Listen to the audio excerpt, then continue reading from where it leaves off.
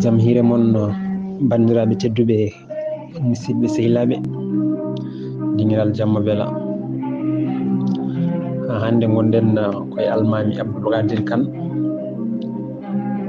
maraw noon joni garten koye walde makko wattidinde walde makko nde gandanɗa hoorema koye sakket laamu makko sibu nden ɗon walde caggal nde folɗa e nden ɗon walde tan ne wayno laamu makko hankkadi fuɗɗi yerɓude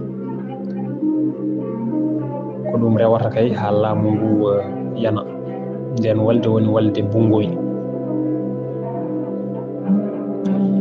caggal noon nde ummi e walde tarza nde hakkude makko Aliel Kowri nde o yabani ko waalo Brak ɓen kadi o fooli ɗumen ha waɗi ni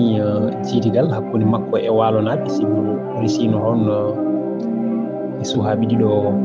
e ɓiɓɓe lamɓe ɓi lamɗo waalonajo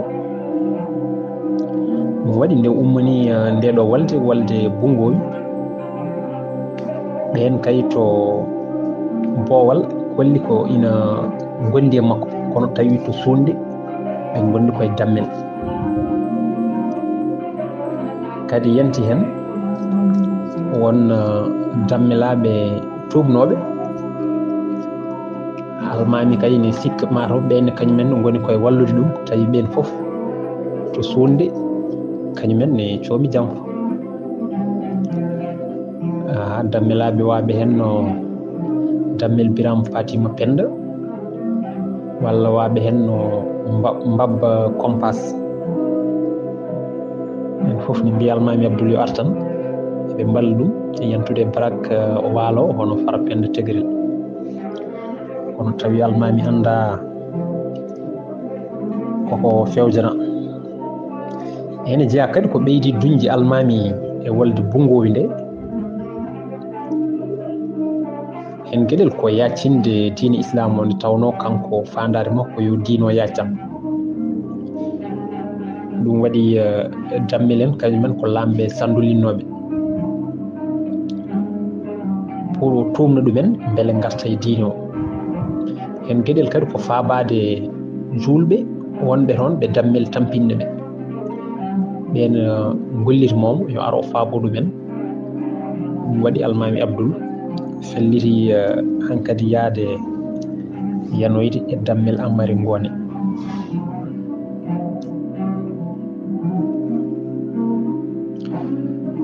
no mbiɗen ni karele almami Abdoul kala ko haare mum e Kajoor nde ɓuri lollude andede e to banggue dartol guila e darti Fina Tawa ha e darti windiyankoɓe tubakoɓe caggal nde almami Abdoul dañi polgu e dow Trarza naɓe e hedde kitale 1976 caggal jibinede Annabi Isa almami Abdoul natani ko hankkadi haɓoyde e dognoɓe mawloyi to dammel sibu nde o haɓanno e gandanɗa hoorema e Aliel Kowri nde waalo naɓe jingantuno ko Trarza naɓe ɗum addani almami Abdoul guutumo joguino e walankoɓe caggal ɗum kadi o haaɓe walankoɓe o fooli ɗumen hankkadi ha beldal walla ni ha jiidigal ari hakkude mabɓe caggal mum noon almami Abdoul yaɓani ko walde Kajoor nde no mbiɗen ni almami Abdoul wi dammel waalo hono Amari Ngoone ndella hen yo kujjo pembo e tuuba ɓe gacca sangaraji mabɓe ɗi e ɗeɗo balɗe garoje maw ar toon ƴeftude mabɓe wondore gore mabɓe kala ɗoyti yamirore almami Abdoul hay sinno almami arani siwde ko winoɓe ko hawri e ndungu ari ina hewno tooɓo almami Abdoul hayri yaade ni woni hoore Fouta almami Abdoul Fodi hirande aronde ma arton timminde konngol mum ni woni lamɓe Kajoor e Waalo Daɗi o fawti e ɗumen.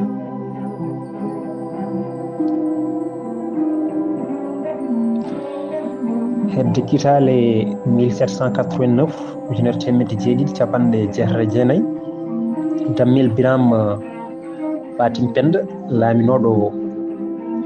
1777 1790 ujunere temedde jeeɗiɗi capanɗe jeeɗiɗi ujunere temedde jeeɗiɗi e capanɗe jeenayyi ina settana wonde ɗum dammel ɓurɗo wonde julɗo e dammelaɓe Kajoor. Lamiral wi ala ko tumnunomo sowona wonde mo mbaddi kulɗo reedu tew fembi o jaaɓi kala ko wiya. So wonti ko lamɗo Barak Farpenda Tegrel noon on tuuɓi ko caggal jattinare nde folno hedde kitale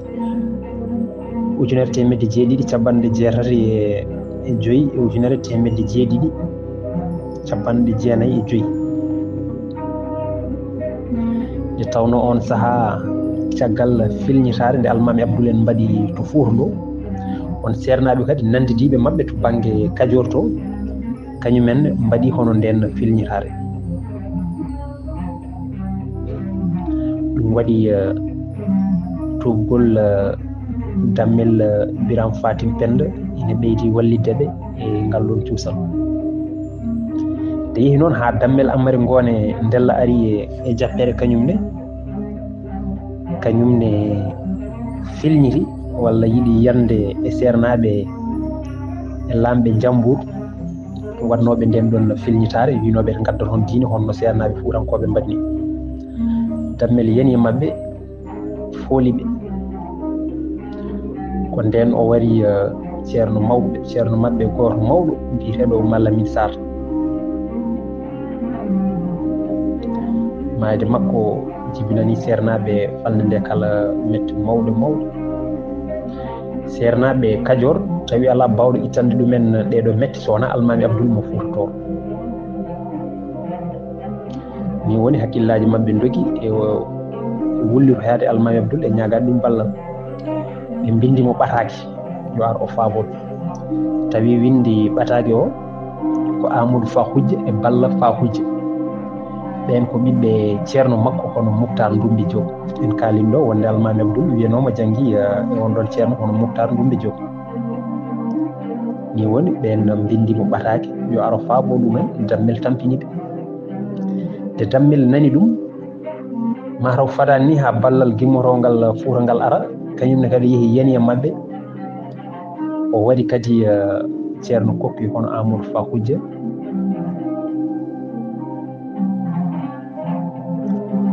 sernaɓe Pire Pola yanti hen mayde ceerno kokki hono Amadou Fa Hujje woodi e sernaɓe Diender ferɓe payi banggue Cap Vert ɓe darti Dammel en haaɓe pooli ɗumen kamɓene ɓe piili almami mabɓe ɓe hono ɓe gardinno on saaha ko biyeteɗo Dial Diop hono Serigne Dial Diop. nde ɓe pooli nde kamɓen ko nden ɓe gaddi lefol Dial Diop eyyi ɗum woni Dial Diop mo nantono inde lefol.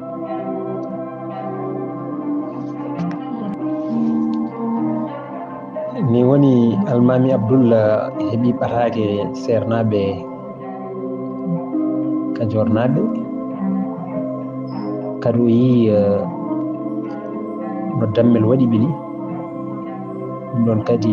ɓeydi musdemo e yidde faaboyade ɓe. ene jeeya foof kadi ko ɓeydi duñde almami Abdoul yaade yanoyde Dammel kono ɓe mbari Tafsirou Hammady Ibra Ba mo Mbantu. Tafsirou Hammady Ibra Ba mo Mbantu ko goto e yimɓe ɓe almami Abdoul wanno toon yo won toon ene janggina ene waajo ene hirjina ko fewti e diino. yimɓe Dammel jani mum mbari ɗum mbardimo kanko e galle makko mbari hen suhaɓe makko ɗiɗo biyeteɗo Mouhamadou Moustapha e Mouhamadou Halfi.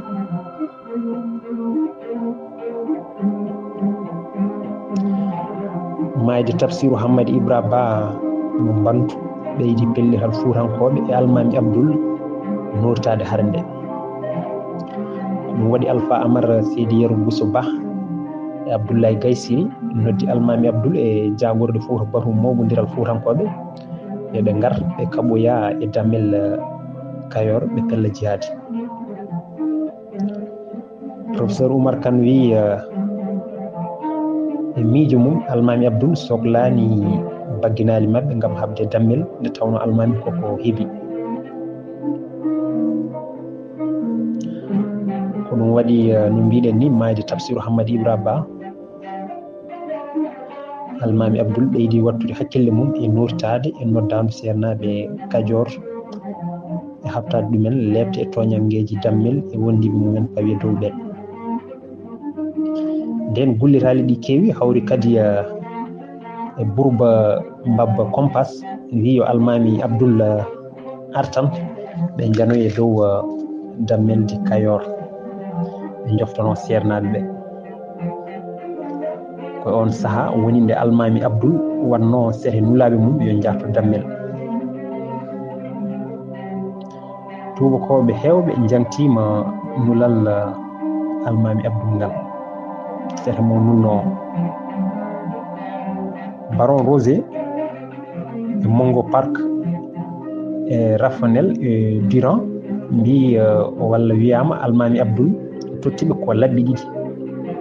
hen gooti tindinta ko pemborki yo dammel accu ko waɗata ko o tuuba gotkiki tindinta ko mayki o lihirsede. Almami yamiriɓe yoɓe kalanmo yo waylu gonka kanko e yimɓe makko foof. Settama on tuma sereji kewɗi ine nuletono ko adi pelɓodiral ngal tawno Almami Abdoul kala mo hewno waddude ko adi nde mo yanari mum o heewi ko nulde toon sete makko ɓen jah kalana ɓen jertina ɗumen e ko nandi hen. Omo hewno nulde e gueɗe baɗe noon mbiyeteɗo Elimane Rindiaw e Elimane Thiofi e arɗo waɗaɓe ko ɓeɗo nawno nulal Almami Abdoul e jagorɗo Fouta ɓe kawruno e jamiroje faade dammel. Nulal Almami Abdoul faade e dammel ina feeña hen goƴa makko tiitka e yidde ɓeydugol l'islam e faabade ɓesgu ngu dammel e wondiɓe mum lorlata ɓe e toñangueji ɗiɗi lebte e toñangueji ɗi dammel e wondiɓe mum tubakoɓe mbaɗata dow ɓesgu mabɓe ngu ɗum ina hamnino toon no feewi hay goto hisani bonandeji mabɓe. Lamɓe natti wonde renoɓe ɓesguji mumen gonti bomoɓe ɗumen. Salare dammel e jattinare mum addani Almami Abdoul noddude Fuutankoɓe e wondiɓe mum julɓe gam felloyde jihad fewde e dammel Kayor. Almami Abdoul nuli yimɓe ɓe ene tintina jagorde ɗe kala e Fuutankoɓe salade dammel e jattinare mum wondude bonnedagal mum. Wadde noon yo yimɓeɓe keblo wondude e pellital mawgal gam haɓoyde e dammel e wondiɓe mum Kajornaɓe ɓe pelli tan fellude jihadi mayde gam Allah mayɗo hen kala naata aljanna gurɗo daña jobdi Allah e kaake jangguji keɓaɗi hen. Ni woni yimɓeɓe foof cogoni haare nde moni kala wi koko yahata guila e suhaɓe mawɓe nayeɓe e rewɓe foof tan cokki hen. Fadde no pellital mabɓe wayi mawnude ni woni ɓe mbasi hettade jamiroje ceerno Molle mo Kayhayɓe o wino koyo sagataɓe jamreɓe tiɗɓe tan keble kono pellital e ɗaminade yimɓeɓe aduna e lakara haɗi miijo makko rewete. Kono ngu wonti ko ari ƴoƴƴo ko ɗum tagui ɓe wasdeɓe hutorade peeje haare kadi yejjiddeɓe dammel e wondiɓe mum seɓɓe wona condi ari muɗo ɗe geɗe ina jiya e ko ukkini konu ngu ha jibinani ɓe boomare bonde te ala ko humpi dammel e kewlugal almami Abdoul mo jogui sunnotoɓe arɓe nder Fouta ɓe ina tintinamo kala ɗo almami Abdoul e Foutankoɓe jarata kala kadi koɓe pewji dammel nanirani garal mabɓe ngal so wona wonde ɓe garata ko heptude leydi mum e ngaluji mum halfude yimɓe mum gati arɓe ina gardi rewɓe suhaɓe so pooli ganniyaki hodde tene kadi o haalnama wonde almami Abdoul hebli konu mawngu wayno abbo e ujunaje 20 walla ni ha e 3 ujunere goto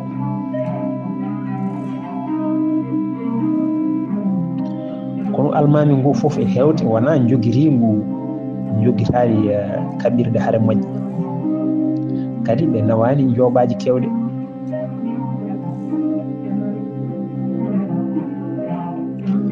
hay sinno kay ko yahoɓe nurtoyade noddago aljanna kam ene ponno ɓornade paɗe kono noon wasde ɓe heblade nde kam ko jumre mawde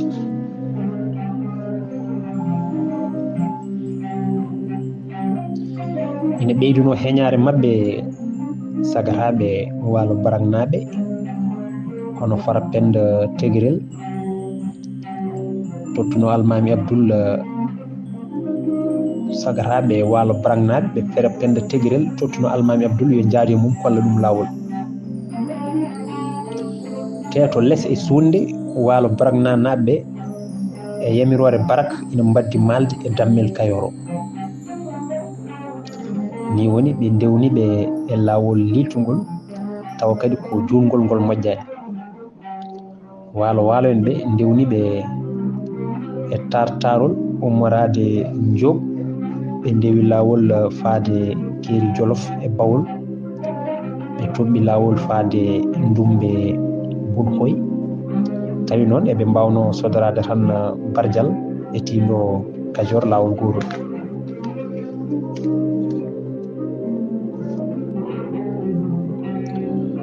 on saaha kala ɗo ɓe tolni kamɓe kono almami Abdoul en ngu dammel ina rewni gueɗe mabɓe kala guila keblungal mabɓe ha ɗo ɓe jarate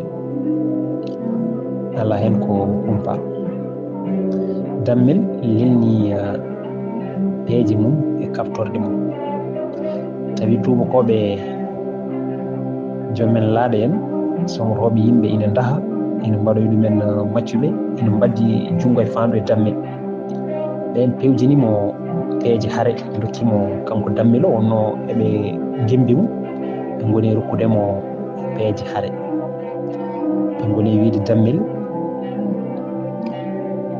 yo gandanɗa hoorema dokku leydi ndi kadi ɓe kaɗani tan yo sakkandemo peeje manam yo duppu leydi ndi ko yo duppu ladde nde foof yoɓe duppu ɗum yoɓe duppu kuuɗoli ɗi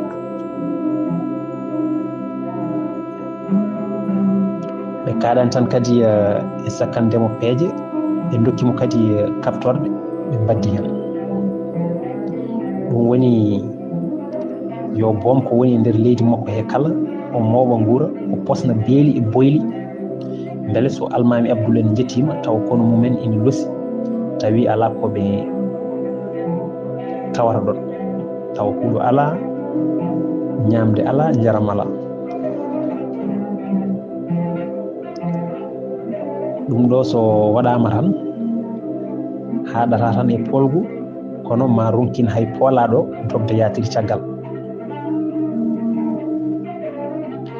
kadi ɓe mbaggini dammel oto habto ha kono ngu losa no feewi taw so yani e dow mabɓe tan polgu koko newto ni woni dammel duppi ladde nde kala almami Abdoul e kono mum nde ngari tan tooɓi ɗum kay heege ɓeydiniɓe e nder ladde nde ni woni almami e kono mum goddi baɓɓati hankadi heddi tan ko dammel en ngara mabba dammel amari ngone e wondiɓe mum mbari hen ha belti dahi hen ha belti jeeyoyi joomen laaɓe en tubakoɓe almami Abdoul yoga jagorde Fouta mawɗe ko waaɓe hen no Ali Dundo en daha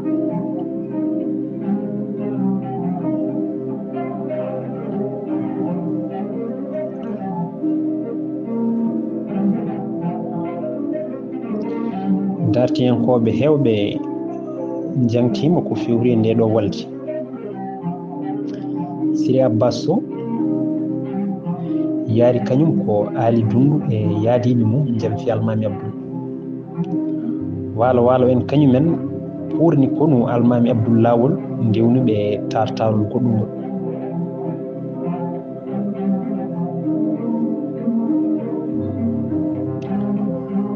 e ndewnoriɓe banggue kerol hakkude Bawol e Kajoor tawi kono yimɓe ngu ina ɗomɗi ina losi daabeje ina jiiɗi yarde ndiyam ala ɓungu mawdu ko wotoru yimɓe dammel ina korli ɗum ɓungu woni bungoyo koye nder ndeɗo losere nde kono almami Abdoul yettudi ko nden ɓe jaggodiri e yimɓe dammel ɓe jaggodiri won wiɓe ha woni nangue hoore kellew to nokku dadden falde Lawasa Bunhoy woni Bungoy nde hare nde Wuli Diaw walo en ɓe cuuri leppi daneji hollidde jaaɓi pongu walla kañumen ngala e hare nde ni woni Fuurankoɓe ɓeydi famde janfo walo en ɓe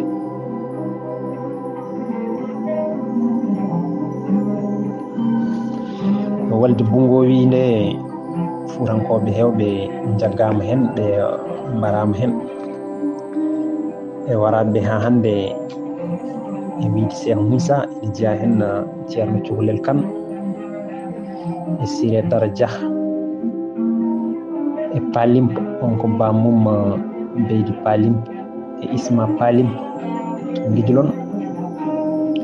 e dahaɓe kadi en kaaliwaɓe hen no Ali Dundu Kane en e woɓɓe almami Abdoul noon wiyama dahama kene wona duuɓi ɗiɗi woɓɓe mbi ko hirande woɓɓe kadi mbi ko timmani ɗum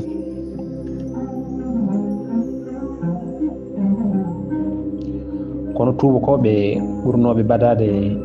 yonto tawnoɓe on saaha waɓe no Mongo Park e Diran e Rafanel en e Stef mbi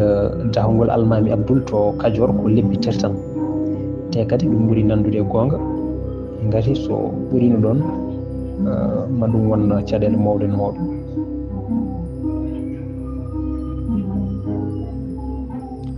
ko heewi simtama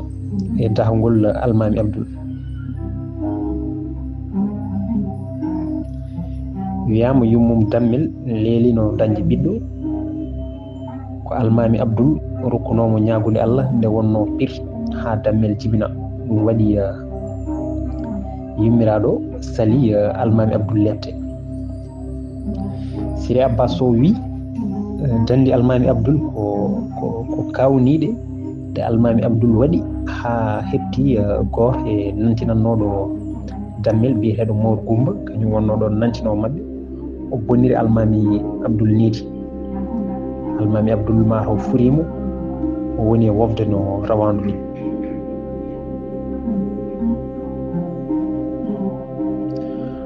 won wiɓe dammel yiɗino leppude almami Abdoul kono ko jagorɗe Kajoor naaɓe e anduɓe makko woni wilaɓe makko mbasimo hoto waɗ almami Abdoul hay hunde ko metti ɗum so waɗimo ko metti tan ma heege e yoro jal e leydi mabɓe ndi duuɓi kewɗi ko ɗum addani dammale Amari Ngone Ndella toɓɓiɗade kisal makko kanko almami Abdoul hani nde o horata Fouta nde dammel waddimo koye sete timmu yo nden ma o yettoyo Fouta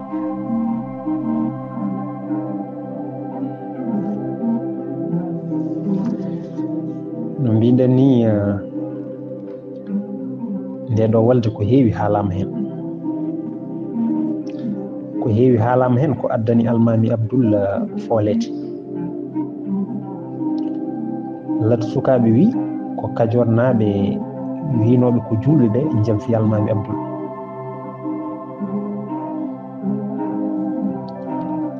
Abba Bula wi kono ngu waalo wadduno e almami jamfi ndewnuɓe lawol kadi fara penda tigirel lamɗo Barak ene yinno yoftade ko almami Abdoul wanno ɗum ko e wiide Montey tawi ko haala Amadou Wat o lefti. Cheikh Moussa Camara wi ko pullo goto boɗaɗo jeeyaɗo e hontoɓe gonnoɗo sara Jarem mo dammel yenno jamfi almami Abdoul. Kalidou Mamadou Gadio e wiide mum jam foka fuɗɗi ko guila nde ɓe pokkiti to Jarem haali siidi sali yentude e konu yammiri yirlaɓe yo ndewo e mum.